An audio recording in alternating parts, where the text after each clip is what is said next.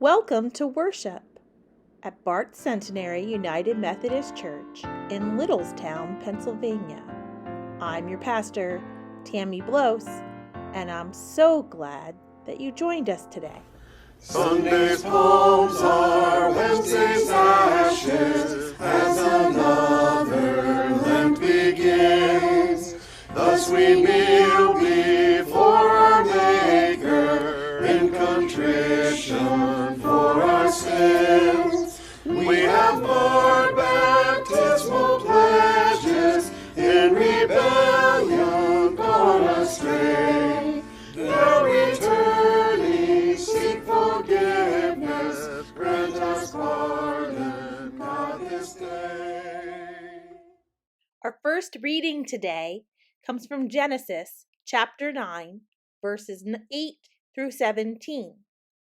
Hear the word of the Lord. Then God said to Noah and to his sons with him, "As for me, I'm establishing my covenant with you and your descendants after you, and with every living creature that is with you, the birds, the domestic animals, and every animal of the earth with you, as many as come out of the ark. I establish my covenant with you, that never again shall all flesh be cut off by the waters of a flood, and never again shall there be a flood to destroy the earth." God said, "This is the sign of the covenant that I make between me and you, and every living creature that is with you, for all future generations. I have set my bow in the clouds, and it shall be a sign of the covenant between me and the earth. When I bring clouds over the earth, and the bow is seen in the clouds, I will remember my covenant that is between me and you, and every living creature of all flesh. And the waters shall never again become a flood to destroy all flesh. When the bow is in the clouds, I will see it and remember the everlasting covenant between God and every living creature of all flesh that is on earth." Then God said to Noah, "This is the sign of the covenant that I have established between me and all flesh that is on the earth." This is the word of the Lord. Thanks be to God.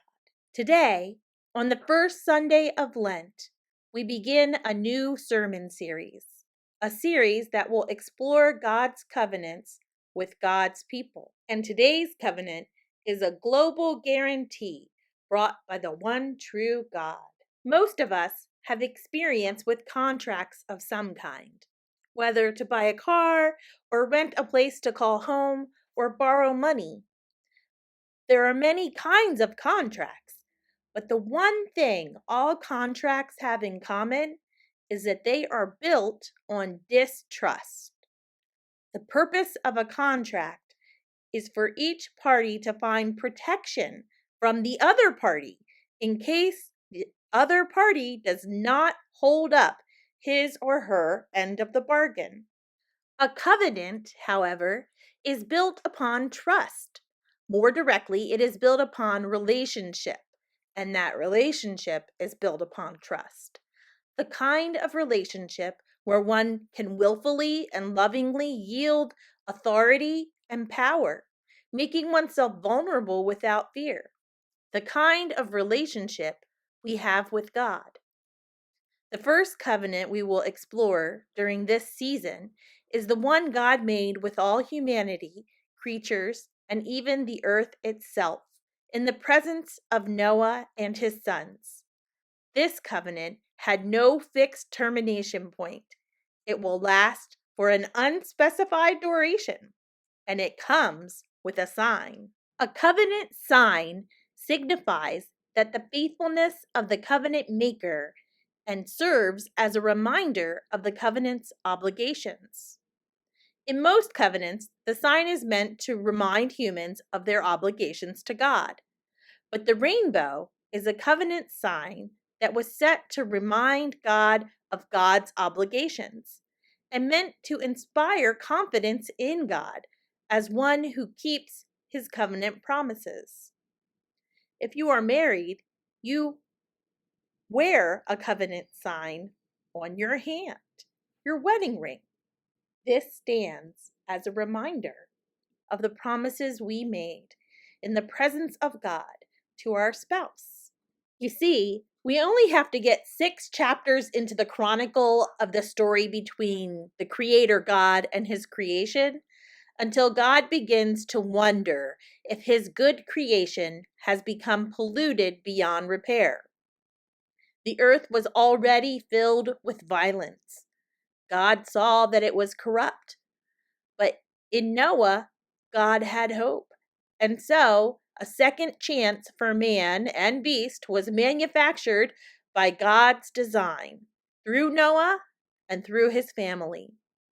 And after this global reboot, this Holocaust cloaked in a natural disaster, God set Noah and all that were with him out to start again. And as angry as God had been with the actions of humanity, God is also saddened by the destruction of the flood. God's retribution put into action had a great cost to the earth that God created. And so God makes a covenant. Maybe not the first covenant we think of when we hear that word covenant. We often first think of Moses and the 10 Commandments, or Abram and Sarai and their descendants, or the covenant Christ makes with his blood and sacrifice, which we remember each time we practice Holy Communion.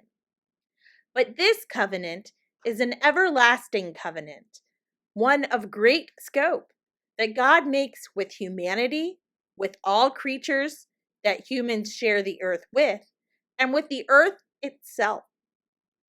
God promises, never again shall flesh be cut off by the waters of a flood. Never again shall there be a flood to destroy the earth. What has humanity done with our second chance?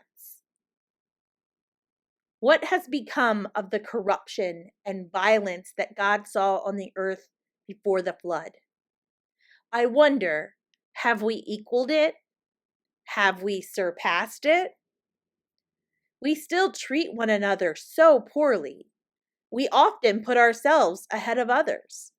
We seek fulfillment of our own desires without attention to their implications or consequences to other people or to the earth itself.